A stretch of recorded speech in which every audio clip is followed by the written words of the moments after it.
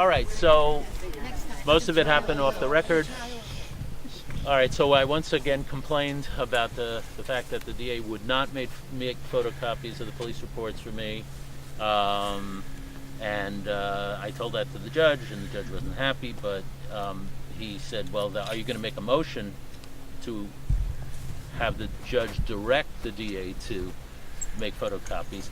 And I could do that. The judge wouldn't wink or nod and tell me the way he would rule on the motion, but all it would do is set up a battle between him and Mr. Borelli, who's the guy who runs the office there, and that would actually create me more delay. So I'm thinking to myself, is that what we really want? Is that what I really want? Is more delay? So what I am going to do instead is go back to that office, and I'm going to bring a better camera, because they are allowing me to take photos of the police reports. Because right now I took it with the iPhone and it just didn't come out very clear. But I have better equipment. I'm going to just go there and I'm going to say, you said I could take photos. Here it is, and I'll go in there with an SLR and do the whole thing. So that's the way that is. I conveyed to them that the first group of 6, because we're not counting Mac, is not interested in the plea offers made right now. There is one person who might consider something, but I'm working on that issue kind of separately. But basically, if the offers don't change, the group of 6 is going to trial. So, there is a jury term already scheduled up here in December. They already have 8 to 10 cases that have been scheduled for jury trial in December, which is more than they could accommodate already. Now, always some cases collapse. People take a plea, or somebody gets sick and they adjourn the case anyway. But a lot of that would have to happen for us to squeeze in. So it is basically impossible for us to get the jury trial in December like I was hoping. But we are still adjourning into December as what they call a control date, because in December they'll have a better idea of when the next jury term will be. We're hoping it will be as soon as late January. So the more realistic trial date is January 29th. That's what we're thinking about. And everybody in the group of 6 seems to be okay. I know, JK, you're concerned about that, but if it's a problem, your interests and your situation is as important as anybody. So if you say, I can't do it, you'll have already signed Parker warnings by that time. Parker warnings are basically warnings to you that if you don't show up at trial, they can try you in absentia. All right? Those warnings you'll be signing on December 11th. So we need to know for sure if this works for you and anybody else, actually. Of course, we're still flexible. So if January 29th turns out to be a terrible day, we'll look for another day. Okay. So we need to meet, obviously, a bunch more times in prepping for trial. I'm going to be meeting with people individually, too, and prepping them for individual testimony. And obviously, Judith has been really great about putting together a list of possible witnesses and materials that we could try to get before the jury. And this would be a jury trial that would help our necessity defense. So I'm very excited about that. I think this is going to be a really exciting time. Now, the 3 people who did not allegedly climb into the pipeline and who were offered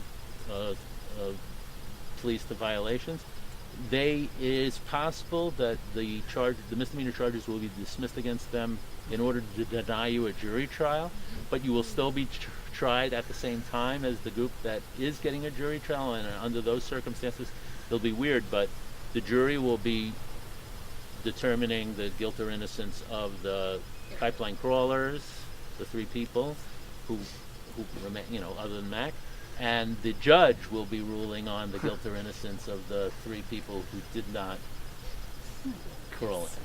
That's possible. That's really scary. Well, it's not that scary because... it's not scary. It's just fucked up. Yeah, but it's actually not that uncommon in situations like that. I don't know if they're going to do that, though, because the only real reason to dismiss a misdemeanor trial and get it before a judge is to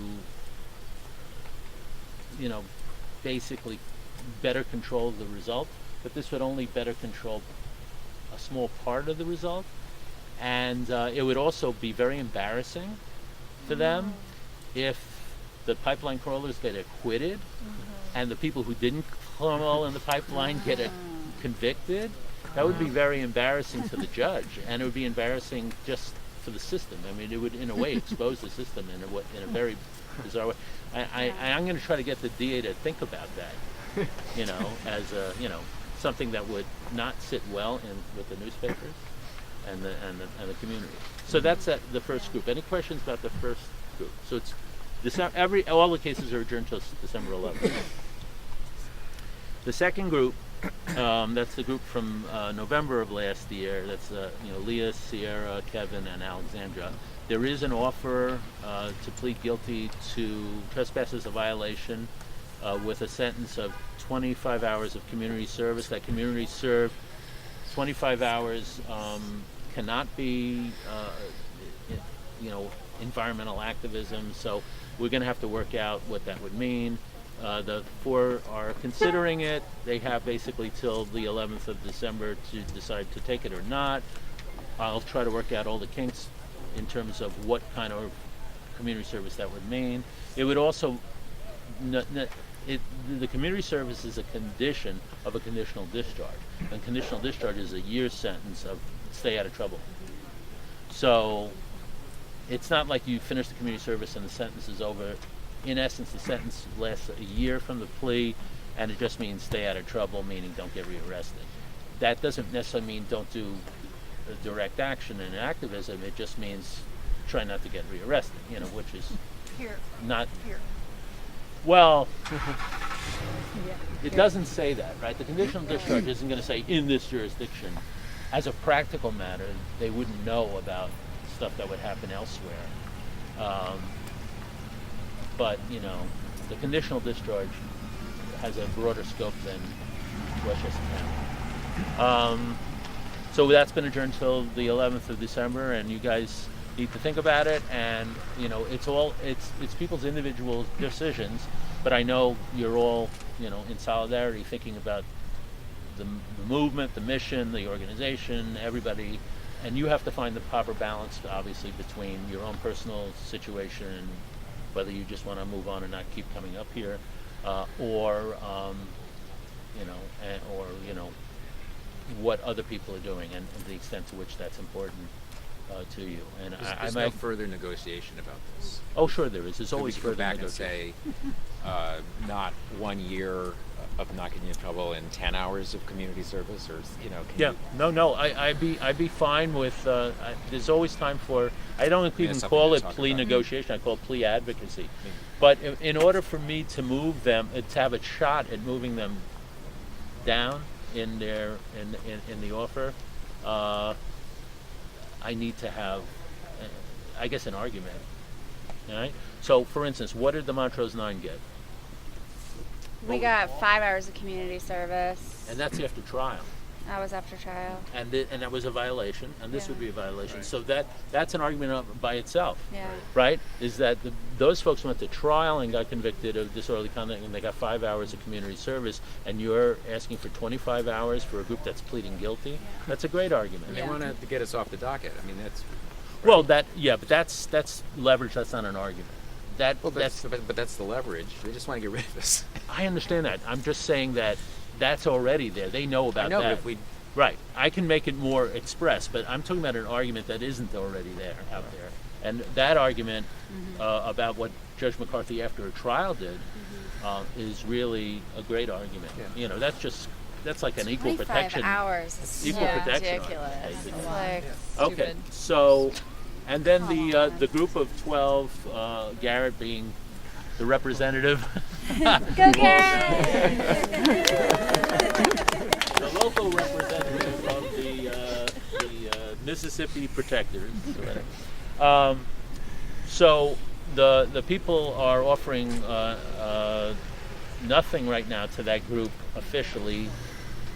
Mr. Borelli, ADA Borelli, who is that DA's boss, has told me personally he's tilting towards offering a B misdemeanor and community service to that group, and that group as a group has said that they're inclined to take it, not because they want to, but because coming back and forth is such an incredible, pain, and it's very expensive, and that would definitely be a jury trial, so they would have to come back and then be here for a week, and then probably get convicted to at least the same charge that they're being offered now. So what's the difference between a B misdemeanor and a misdemeanor? An A misdemeanor. A misdemeanor and B misdemeanor. So for an A misdemeanor, you can get up to a year in jail. Okay. So that's the resisting arrest and obstruction of governmental administration charges that I sought to dismiss. I was denied, but I still have a great appeal issue on that. And there's some part of me that would love for that issue to survive, that I could get before an appellate court, because New York, the judge denied my motion to dismiss, relying on a case from 1970 that was interpreting a different statute. So he had a very weak position in making that ruling. And I think that we could change the law in an area that's very relevant to you guys. Resisting arrest and obstruction of governmental administration is the primary control instrument that they use against demonstrators. So it would be great for that to change the law in New York on that. But I don't want to use people's futures as the tool to, if they don't want me to. I mean, if they want to cop a plea, they have a right to cop a plea. He said that for that group, he'd be, even on the B misdemeanor, he'd be inclined to impose 50 hours of community service for them. So they'd have to make up their own mind about that. The DA is supposed to get back to me very soon to tell me whether, in fact, they are going to accept an offer to a B for sure, to give me enough time to contact those folks, counsel them, make sure that they're pleading guilty, and then give them enough time to buy tickets to get back here for December 11th. That's almost 2 months from now. So otherwise, they'll be excused again, and we'll move on that case as well. So that's kind of where things are. I was expecting that group was going to ultimately probably plead guilty only because of the inconvenience of coming back. They have to be counseled again. I've already gone through individual counseling with every one of them. Garrett was there. We all met at Fred's house, right? Because they're in almost every one of their cases, it means their first criminal conviction, and that can have significant collateral consequences, in terms of getting financial aid for college or graduate school, job opportunities, stuff like that. So we have some time I have some more time to talk with them, but What misdemeanor did we have? Trespass in the So third it's not degree, which A is or a B. B? That's a B It's a B. misdemeanor, Mhm. right? So the first two groups are charged presently with B misdemeanors, for which the most you can get is 3 months in jail. So it's but nobody gets jail time for B misdemeanors unless it's their 12th Sure. conviction or something like that. So there's not a lot of risk of jail or probation or anything like that. Even if we go to trial and we lose, it's highly likely that we'll end up with a not dissimilar sentence to what people are being offered now as plea bargains. Questions? Is there anything new on the restraining order issue? No, the restraining order disappeared as a legal matter in the second adjournment, right? Because they didn't renew it. However, we know it's still in the database, meaning it's still being circulated on the FBI database nationally. That's why we had a couple of people in the group of 12 who sought to go into Canada. Now, Canada has very strict rules at the border. So if you have a case that is considered in Canadian law a serious case, and that can include a misdemeanor, they won't allow you into Canada. If you have an order of protection in any case, they won't allow you into Canada. This is not true in other countries. So Canada is very restrictive. So we had a couple of people who were stopped at the border and weren't allowed entry into Canada. And these are people who live in the Pacific Northwest area, and they go to Canada, right? So it was a real problem for them. The problem is, the only way to purge it from the database is to go through this court, which would be to remind them that they never renewed the order of protection. So the problem with that is that they would then, instead of helping, they probably would renew the order of protection, and then we really would be up Schitt's Creek. So that's a term of art.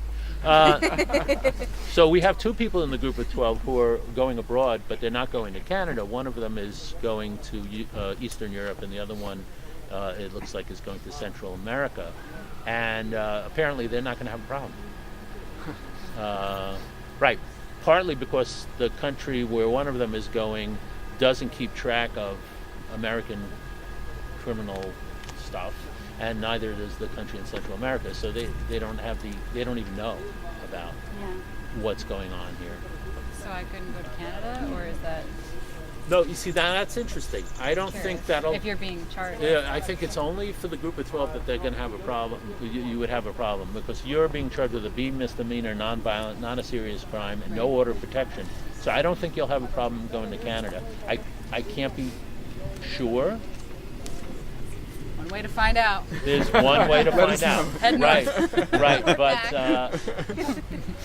obviously that group of 12, they were charged with resisting arrest and obstruction, and had orders of protection, and that put them in another category.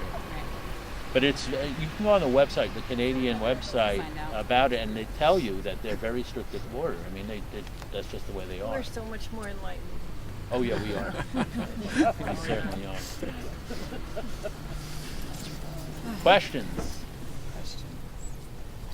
So, You said unless you had a whole string of misdemeanors. Like, how far back? I know. We can talk. We'll just talk. I think you're fine.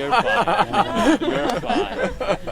Could we officially set a date for people to show up here on January 29th, or are we still waiting on that? Let's wait till December 11th. We'll have December a much 11th. better. So next court date, December 11th. But Right, then, and it's a control date. Nothing's going to happen other than more information, and maybe the possibility of a couple of pleas. Yeah. There's some people who have to talk about it, think about it, deliberate about it. Okay. And I would really want to counsel those people and be part of the conversation, because to the extent I can be of assistance to anybody who's thinking about that, I should be involved in that conversation. All right?